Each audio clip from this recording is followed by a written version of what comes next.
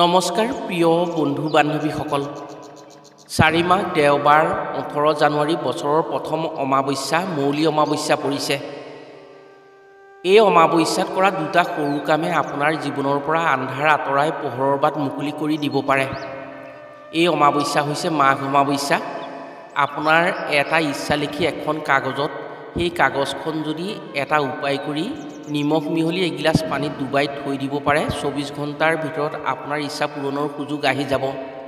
আৰু আপুনি সেই সুযোগ গ্ৰহণ কৰিব পাৰিলে আপোনাৰ ইচ্ছা পূৰণ কৰি ল'ব পাৰে।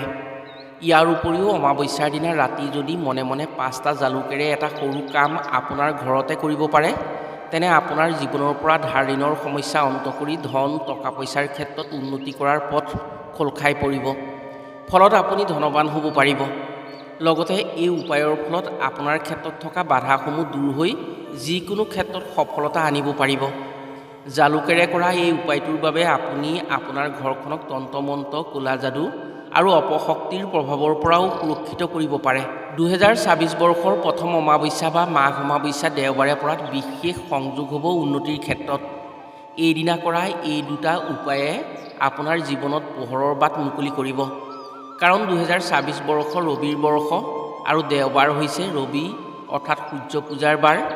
বিশেষকৈ যদি এইদিনা জালুকেৰে কৰা উপায়টো আপুনি ৰাতি পঢ়া শুনা কৰি থকা ল'ৰা ছোৱালীৰ কাৰণে কৰিব পাৰে, তেনে সেই ল'ৰা ছোৱালীৰ ক্ষেত্ৰত বাধা বিঘিনি যিসমূহ আছে পঢ়া শুনাৰ ক্ষেত্ৰত সেইসমূহ কাট খাই পৰিব আৰু পঢ়া শুনাত আগ্ৰহ বেছি হ'ব।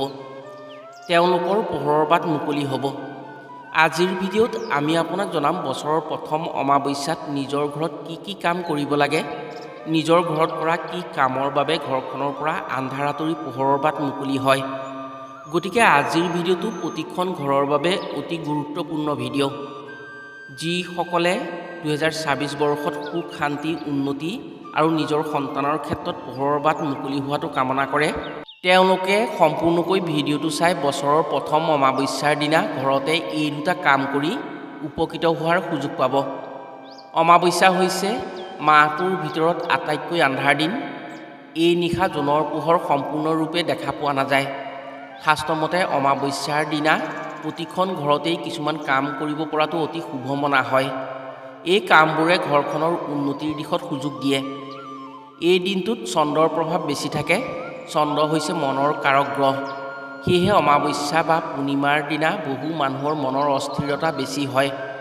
শাস্ত্ৰত উল্লেখ থকা অনুসৰি বছৰৰ প্ৰথম অমাৱস্যাৰ দিনা ব্ৰত উপবাস কৰি কিছুমান কাম কৰিব পাৰিলে বছৰটোৰ বাবে ঋণাত্মক শক্তিৰ পৰা সুৰক্ষিত হৈ থাকে ঘৰখন। এই অমাৱস্যা দেওবাৰে পৰাত এইদিনা যি কাম কৰিব বা যি উপায় কৰিব, সেই উপায় কৰা ব্যক্তিৰ উন্নতি নিশ্চিত হয়। দেওবাৰটো হৈছে সূৰ্যৰ বাৰ। সূৰ্য হৈছে উন্নতিৰ কাৰক। এই বছৰটো হৈছে সূৰ্যৰ বৰ্ষ। গতিকে এই দুটা কাম যদি আপুনি অমাৱস্যাৰ দিনা কৰিব পাৰে, তেনে আপোনাৰ উন্নতিত কোনেও বাধা দিব নোৱাৰে।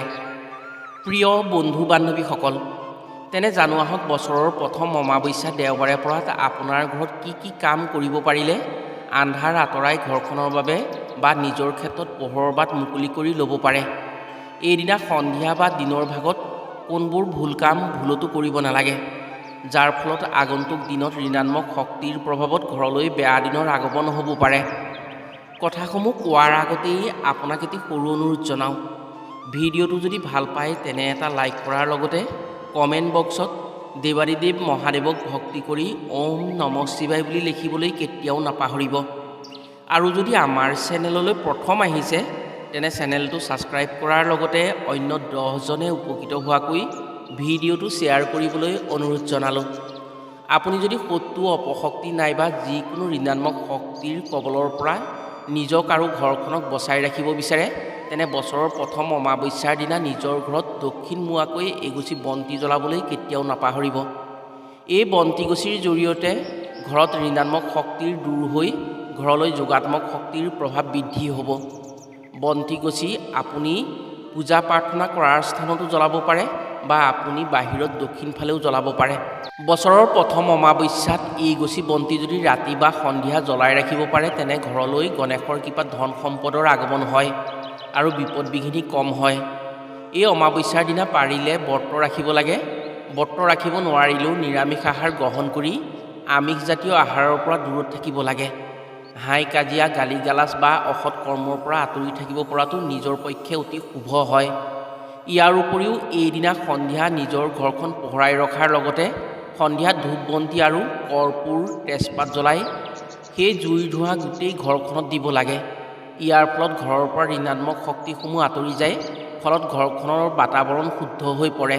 বিভিন্ন শাস্ত্ৰত বছৰৰ প্ৰথম অমাৱস্যাৰ দিনা কৰা কিছুমান উপায়ৰ কথা উল্লেখ আছে।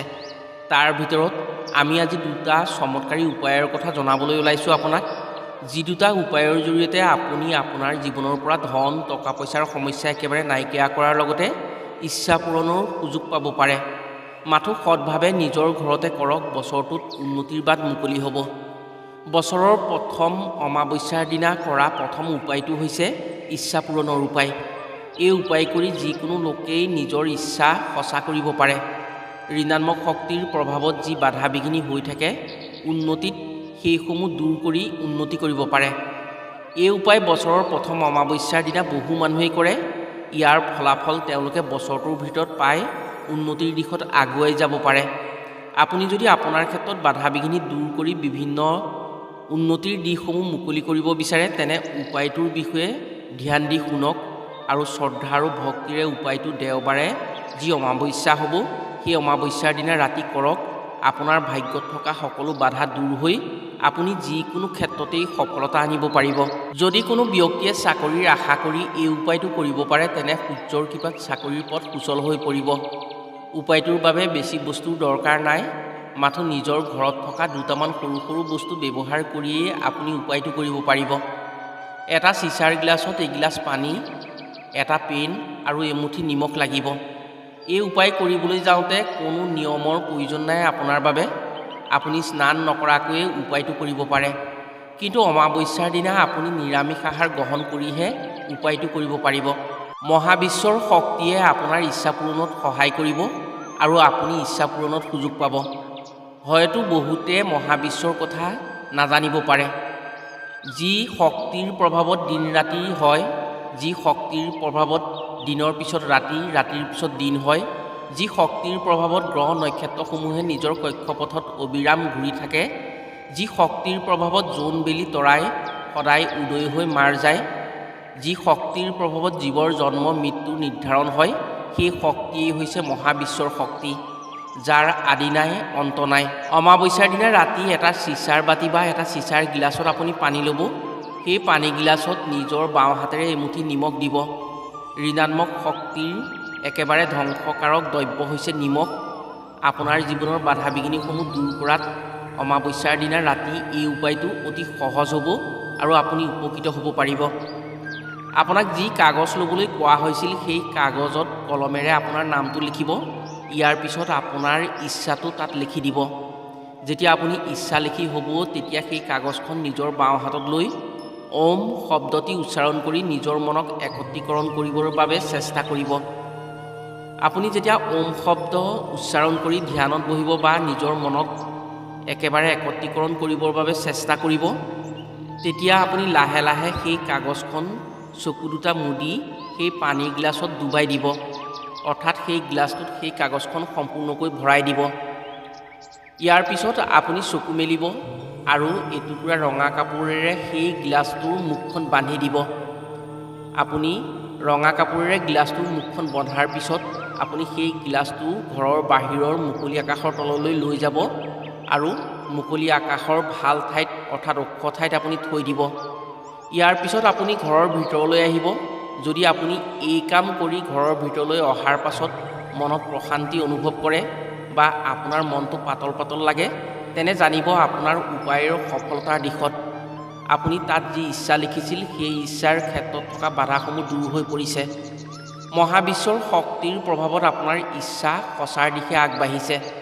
আপুনি ওম শক্তিৰ বলেৰে নিজক মহাবিশ্বৰ শক্তিৰ সৈতে কানেক্ট কৰিব পাৰিছে। ৰাতিটো সেই গিলাচটো তেনেকৈ থাকিবলৈ দিব। পিছদিনা পুৱা সোনকালে উঠি সেই পানী গিলাচৰ সৈতে কাগজ টুকুৰা আপোনাৰ চৌহদৰ কোনো ডাঙৰ গছৰ গুৰিত পেলাই দিব। চাব, আপোনাৰ আশা 21 দিনৰ ভিতৰত সঁচা কৰাৰ সুযোগ আহি যাব। আপুনি যদি সেই সুযোগ গ্ৰহণ কৰিব পাৰে, তেনে আপোনাৰ ইচ্ছা পূৰণ হৈ পৰিব। দ্বিতীয় উপায়টো আপুনি ধন সম্বন্ধীয় সমস্যাৰ বাবে কৰিব পাৰে। এই উপায়ৰ জৰিয়তে ধন টকা পইচাৰ সমস্যাৰ উপৰিও মন একত্ৰীকৰণ হয়। এই উপায় যদি সন্তানৰ উন্নতিৰ বাবে অভিভাৱকে কৰিব পাৰে তেনে সেই সন্তানৰ মনৰ স্থিৰতা বৃদ্ধি পায়। অমাৱস্যাৰ দিনা সন্ধিয়াৰ পাছত অৰ্থাৎ ৰাতি 5টা জালুক ল'ব। জালুককেইটা লৈ ঘৰৰ বাহিৰত অকণমান ওখ স্থানলৈ যাব। আপোনাৰ ঘৰৰ চৌহদৰ ভিতৰতে কৰিব পাৰিব কামটো।